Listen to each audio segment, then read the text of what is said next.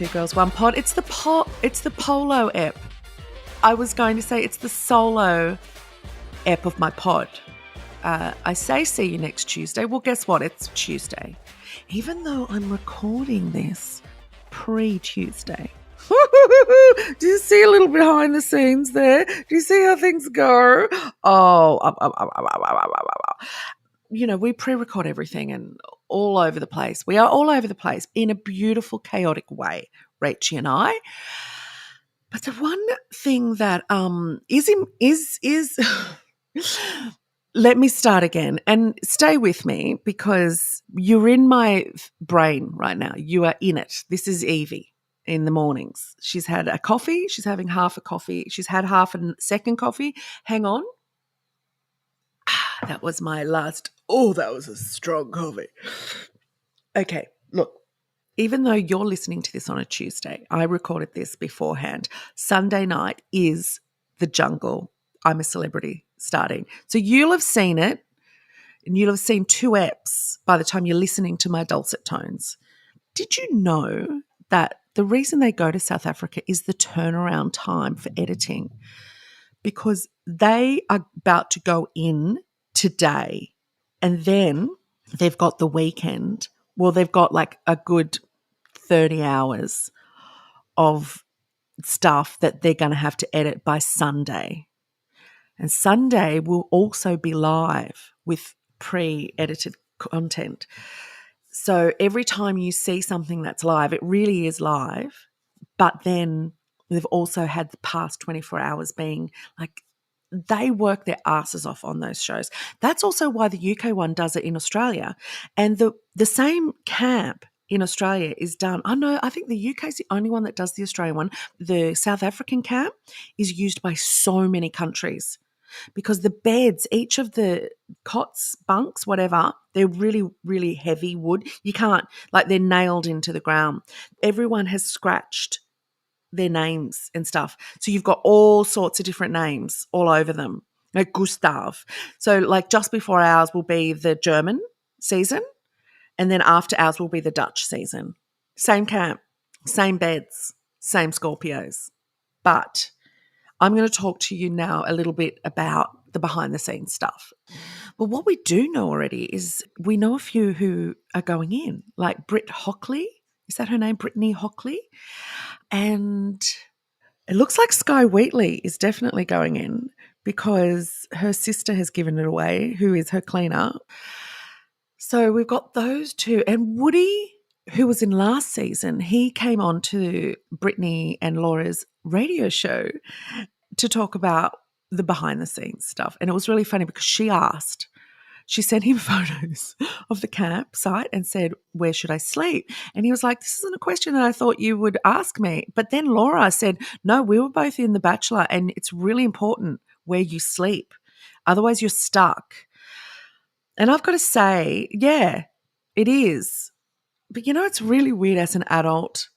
And you know what it's like when you go away on Airbnbs with people weekends away and you scramble for the best bed, but you have to act really cool as an adult. Whereas when you're a kid and you go away to camp, you run and you will knock someone out sideways for almost beating you to the top bunk that you wanted. So this one is very, just, you know, you throw your stuff.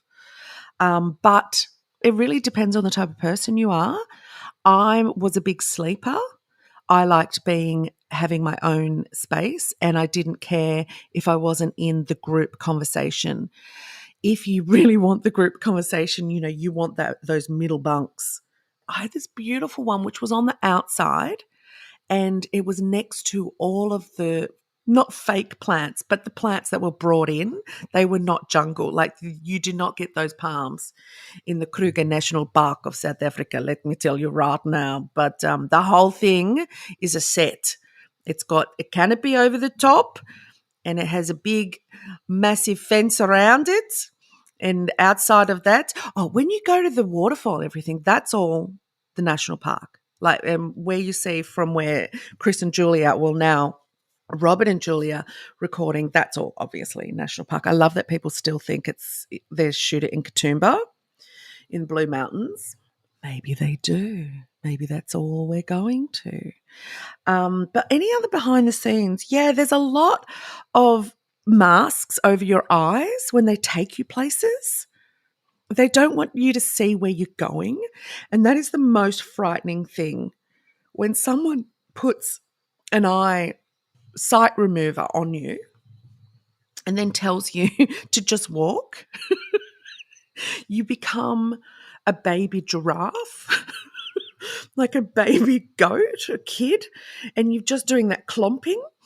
And I don't know how they don't just kill themselves laughing at you because they're holding your hands and they're walking backwards and they're just like, just walk. But now you're going to have a step. And you're like, so you're stepping to go up a step, but it's going down a step. And there is your show. There's your show right there, producers. If you want to, oh my God, this is a brilliant idea. Just people being led around by producers, celebrities being led around by producers blindfolded. There, everyone does it the same. You have all your different levels of fear and your levels of confidence and your different levels of trust in another human that you don't know. That's the funny thing. What else? They blindfold you. And the funniest thing is they'll take you to like another location for a trial or a challenge. And they put you in a bus. It's just a mini bus. But they make you keep the blindfold on the whole time, which I would always just pop up. Like if I was next to the window, that would be the side. So I'd just slowly pop it up, fold it under so I could just see one eye out down at the road and whatever I was seeing. It was always just the production crew because you've got to drive through it is a 500 people production crew and there are just generators everywhere. So that's basically what you're seeing, but you have to drive straight past the cafeteria, it's all open.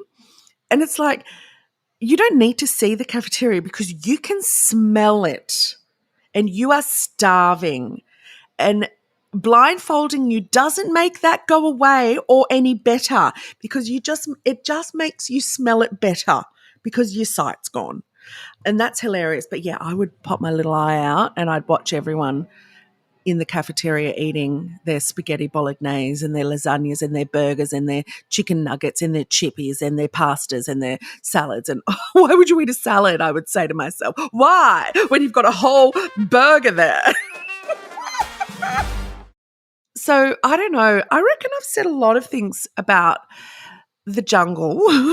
If anyone actually listened from the show, they'd probably be very upset with me.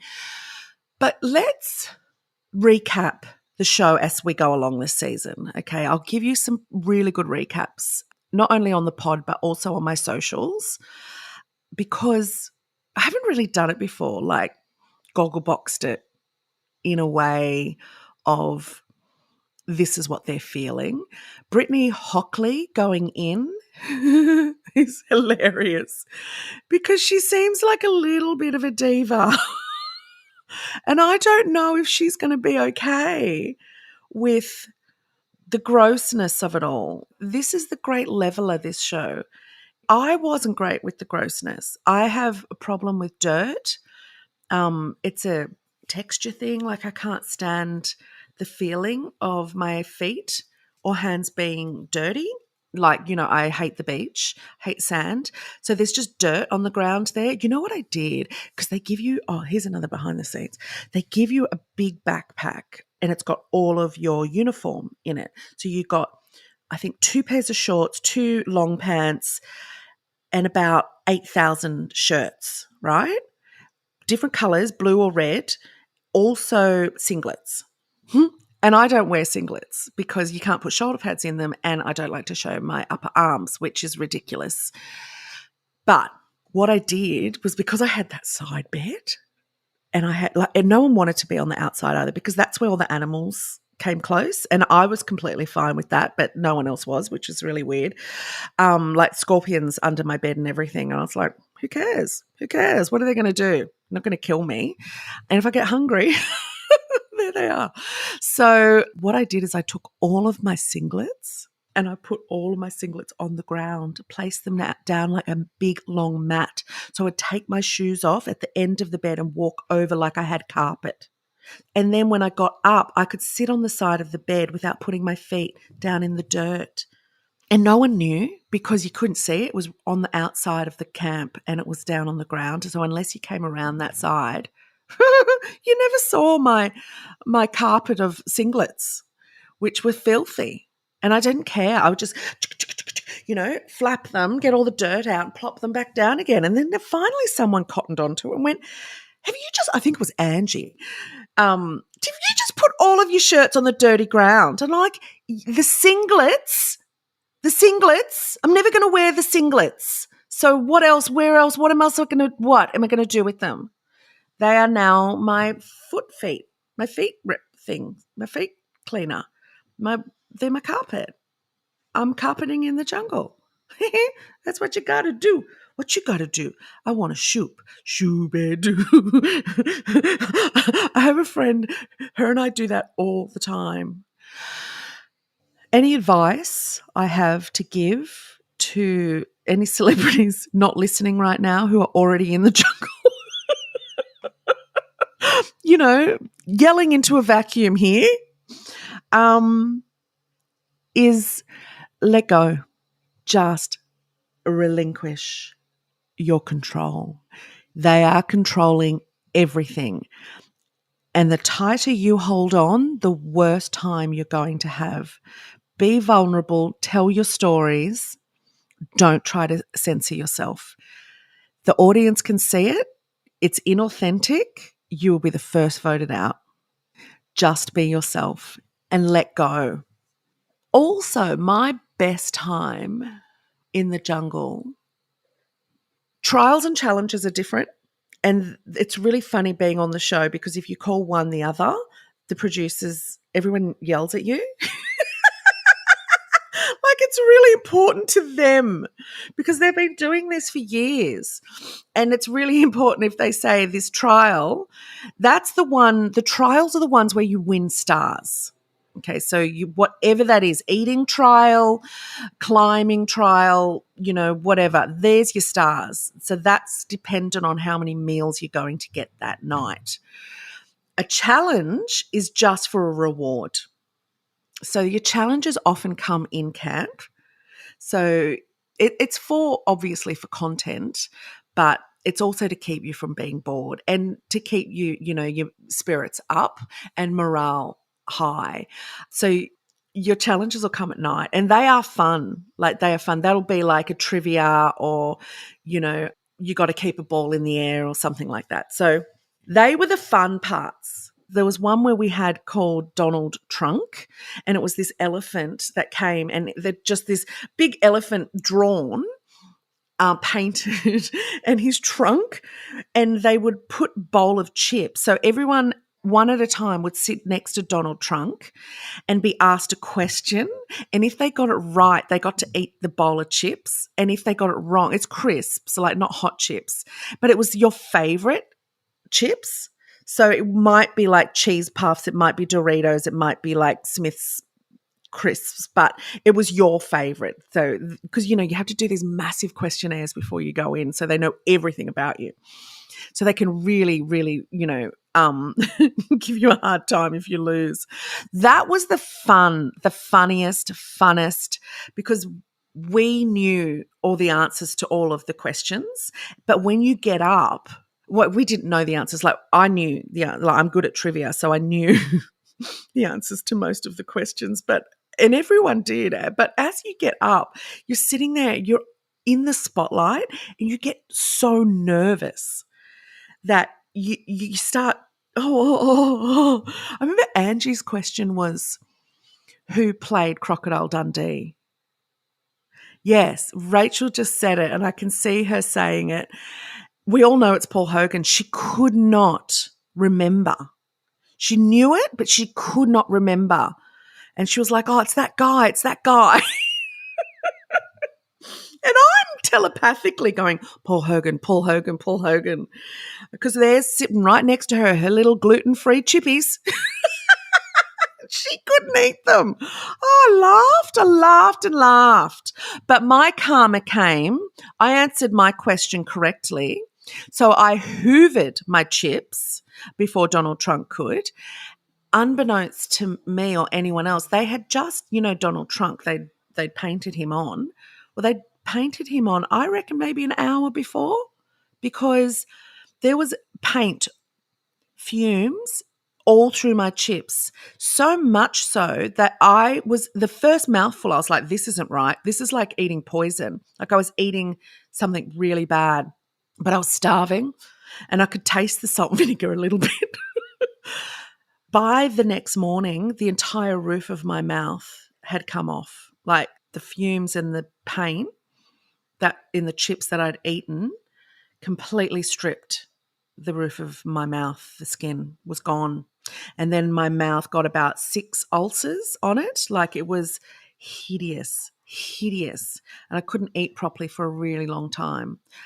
So there's my karma for laughing at Angie for getting her Paul Hogan question wrong. Oh, and we also really laughed at Justin because his question was, what language do Mexicans speak? Me and Angie looked straight at each other because he goes, and he thought about it for ages and goes, Mexican? And me and Angie just looked at each other. But I think I audibly gasped when he said it, like that. He didn't. In my head, I said he didn't, but I did. I wasn't able to keep that gasp in. I was like, dum-dum. I know that we all think these things, but think about it. It's really important that we know. It's a really simple question. Anyway. Love you all. Guess who's on this Thursday? Guess. Michaela Bannis. You were right. Oh, my goodness. What a joy she is. What a beautiful, beautiful human. Wait until you hear her. Great storyteller. You will not want to miss this. Email me. DM me. Tell me the things, please. If you like my podcast, can you share it? Like, tell a friend, send it in a text or on a DM or in a messenger on Facebook. Send it and say, have you listened to Yvie's podcast? It's really good because I like it and I think you'd like it. Would you mind? I'd love it if you did because I love you. Talk to you soon. Goodbye.